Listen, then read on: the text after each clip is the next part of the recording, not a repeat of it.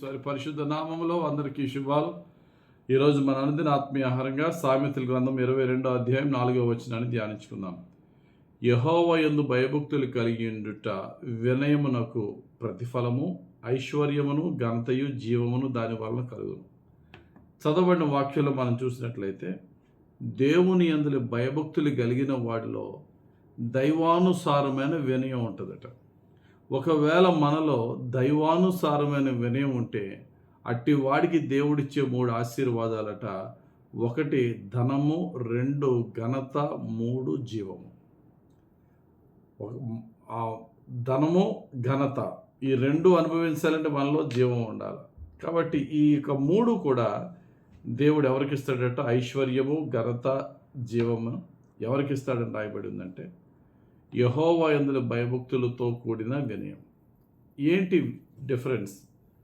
What is the difference between worldly humility and godly humility? ఈ లోకానుసారమైన వినయానికి, దైవానుసారమైన వినయానికి ఏంటి తేడా? ఈ లోకానుసారమైన వినయానికి ఐశ్వర్యము, ఘనత, జీవము కలుగునని దేవుడు చెప్పలేదు. యెహోవా యందు భయభక్తులతో కూడిన వినయానికి ఐశ్వర్యమును, ఘనతయు, జీవమును దేవుడిస్తాడు. కాబట్టి దైవానుసారమైన వినయంకి, లోకానుసారమైన వినయానికి తేడా ఏంటంటే, ముందు లోకానుసారమైన వినయం చూద్దాం. లోకానుసారమైన వినయం ఏంటంటే మన మంచి ప్రవర్తన, ఎదుటి వానికి గౌరవించుట, ఎదుటి వాని ముందు మనల్ని మనం తగ్గించుకొనుట. మనకి చదువున్నా, డబ్బున్నా, లేక స్థితిగతులు బాగున్నా దానికి తగ్గట్టుగా మనం షో ఆఫ్ ఇవ్వకుండా మనం చూపించుకునే, మన స్థితిని చూపించుకునే విధంగా కాకుండా మనం తగ్గించుకుని ఒక సింపుల్ సిటీ లైఫ్ జీవించే జీవితాన్ని వినయము అంటారు. ఆ వినయం గురించి దేవుడు చెప్పట్లేదు. మరి ఇంకేంటి వినయం అంటే దేవుని భయభక్తులతో కూడిన వినయం. ఈ లోకానుసారమైన వినయానికి, దేవుని యందు భయభక్తులతో కూడిన వినయానికి తేడా ఏంటంటే ఒక 5 విషయాలు చెప్తాను. 1, దేవా ఇవన్నీ ఉన్నా నాకు నువ్వే నా దిక్కయ్యా అని దేవుని మీద ఆధారపడేది నిజమైన దైవిక వినయం. ఉద్యోగం ఉండొచ్చు, వ్యాపారం ఉండొచ్చు, మనకు సహాయం చేసేవారు ఎంతమందైనా ఉండొచ్చు. వారు ఉంటే వారిని బట్టి సంతోషిద్దామే కానీ వారి మీద ఆధారపడే జీవితం కాదు. నా ఆధారం అంతా యేసయ్యే అని దేవుని మీద ఆధారపడేది దైవికమైన వినయం. 2, ప్రభువా నా తప్పులు నువ్వు కరెక్ట్ చేస్తే ఎప్పుడన్నా సరే, ఏ స్థితిలో ఉన్నా నీ కరెక్షన్ నేను రిసీవ్ చేసుకుంటానే కానీ నా యొక్క తప్పుని వెనకేసుకుని చెప్పుకుని సెల్ఫ్ జస్టిఫికేషన్ నేను చేసుకోనయ్యా. నీ తప్పులు నువ్వు ఏదైతే నన్ను కరెక్ట్ చేస్తావో నీ కరెక్షన్ నేను వినయము గల మనసుతో నీ గద్దింపునకు లోబడతానయ్యా. కాబట్టి దేవుని గద్దింపునకు మరో మాట చెప్పకుండా లోబడడం అనేది దేవునిలో ఉన్న వినయానికి మరొక గుర్తు. మొదటిదేంటి? దేవుని మీద ఆధారపడుట. 2, దేవుడిచ్చే గద్దింపు, ఆయన కరెక్షన్కి లోబడుట. 3, ఆయన వాక్యానుసారంగా నడుచుట వినయం. ఆయన వాక్యానికి లోబడి వాక్యానుసారంగా నడుచుటయే వినయం. పైకి వినయంగా నటిస్తూ దేవుని యొక్క ఆజ్ఞలు మీరితే అది వినయం కాదు. 4వదిగా చూసినట్లయితే దేవుడు మనకిచ్చే ప్రతి సక్సెస్లో మహిమ, ఘనత, ప్రభావము దేవునికే ఆపాదించుట అది నిజమైన వినయం.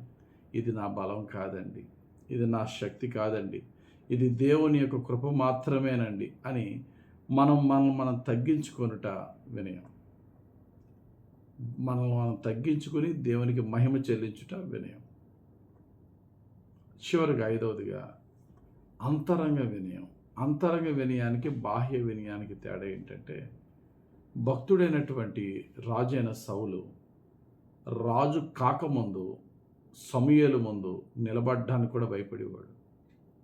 రాజు అయిన తర్వాత ఆ దైవ సేవకుడైన సమూయేలు అంగీనే చింపి తిరగబడ్డాడు. అంటే అది అతని బాహ్య వినయం కానీ అంతరంగ వినయం కాదు. కానీ దైవికమైన వినయం అంతరంగ వినయం. ఎటువంటి అంతరంగ వినయం అంటే మోషే లాంటి వినయం. మోషే భక్తుడు ఏ విధంగా వినయం చూపించాడు? అతడు దేవుని యొక్క సత్యాన్ని తెలుసుకున్నప్పుడు అతడు రాకుమారుడు. మరి సౌలు ఒక సామాన్యుడు, రాజైన సౌలు. కానీ మోషే రాజరికపు ఘనతను, ధనాన్ని, గొప్పతనాన్ని విడిచిపెట్టి దాసుని రూపంలోకి మారి దేవుని కొరకు వినయంగా మారాడు. అది అంతరంగ వినయం. కాబట్టి మన జీవితంలో చాలాసార్లు బాహ్య వినయాన్నే మనం ప్రదర్శిస్తాం, కానీ దాని లోపల ఉన్న అంతరంగ వినయం కొరకు దేవుడు చూస్తున్నాడు. ఉదాహరణకి ఇస్కరియోతు యోధ యేసు ప్రభు పాదాలను అత్తరుతో కడుగుతున్న స్త్రీతో అంటున్నాడు, అయ్యో అమ్మా, ఇంత ఖరీదైనటువంటి అత్తరు ఎందుకమ్మా వేస్ట్ చేస్తున్నావు? అది అమ్మితే 300 దేనారాలతో ఎంతమంది పేదలను పోషించగలమమ్మా అని మాట్లాడుతూ ఉంటే అది పైకే అతని యొక్క పేదల పట్ల ప్రేమ. కానీ యేసు అతని హృదయం మెరిగినవాడు. అతనిలో ఉన్న దొంగ ప్రేమ ఏంటి, దొంగ వినయం ఏంటో యేసుకి తెలుసు. కాబట్టి దైవికమైన వినయంలో వేషధారణ లేని వినయం. కాబట్టి 5 వినయాలు మనలో ఉన్నాయా? మొట్టమొదటిగా దేవుని మీద ఆధారపడే వినయం. రెండవదిగా దేవుని కరెక్షన్, ఆయన మనల్ని సరిచేసినప్పుడు, గద్దించినప్పుడు మాట్లాడకుండా తలదించుకొని వినయం చూపించే వినయం.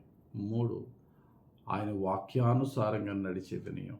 4, దేవుడిచ్చిన ప్రతి విజయంలో మహిమ, ఘనత, ప్రభావాలు దేవునికే ఆపాదించుకునే ప్రతి సక్సెస్లో దేవుని మహిమపరిచే వినయం. 5, అంతరంగ వినయం. పైకి కనబడే వినయం కాకుండా అంతరంగాన్ని చూచే వినయం. దేవుడు అంతరంగాన్ని చూస్తాడు. ఒక మోషే లాంటి వినయం, ఒక యోసేపు లాంటి వినయం, ఒక దానియేలు లాంటి వినయం. అంతేకాని రాజైన సౌలు లాంటి వినయం కాదు, ఇస్కరియోతు యోధా లాంటి వినయం కాదు. కాబట్టి ఆ విధమైన వినయం మనలో ఉంటే దేవుడిస్తున్న ఆశీర్వాదం ఏంటి? ఐశ్వర్యం వెంట మనం పరిగెట్టక్కర్లేదు. ఐశ్వర్యం మన దగ్గరికి వస్తుంది, ఘనత మన దగ్గరికి వస్తుంది, జీవం మన దగ్గరికి వస్తుంది. అట్టి దైవిక వినయంతో దేవుడు మనల్ని నడిపించి దీవించును గాక. ఆమేన్. ప్రార్థన చేసుకుందాం. పరిశుద్ధుడు అయిన మా తండ్రి, ధ్యానించిన వాక్యము మా అందరి జీవితంలో ఫలింపచేసి ఈ లోక వినయం మాత్రమే కాక దైవికమైన వినయముతో నీ మీద ఆధారపడుతూ నీ యొక్క వాక్యానికి మా జీవితాన్ని సరిచేసుకొనొచ్చు. నీ వాక్యానుసారంగా తండ్రి, లేఖనానుసారంగా నడుస్తూ ప్రతి విజయములో, ప్రతి ఆశీర్వాదంలో నిన్ను మహిమపరుస్తూ బాహ్యపరమైన వినయమే కాక అంతరంగ వినయమును కలిగి ఉండి నిత్యము నీకు ప్రీతికరంగా జీవించి నీ దీవెనలను, నీ ఆశీర్వాదాలు పొందుకునే జీవితం మా అందరికీ దయచేయమని యేసుక్రీస్తు ప్రభు పరిశుద్ధ నామములో ప్రార్థించి వేడుకొనుచున్నాం తండ్రి. ఆమేన్. తండ్రి యొక్కయు, కుమారుని యొక్కయు, పరిశుద్ధాత్మ దేవుని అభిషేకం ఇప్పుడు ఎల్లప్పుడు మనలను దైవికపరమైన వినయములో పరిశుద్ధాత్మను మనల్ని నడిపించును గాక. ఆమేన్. God bless you. Have very blessed day.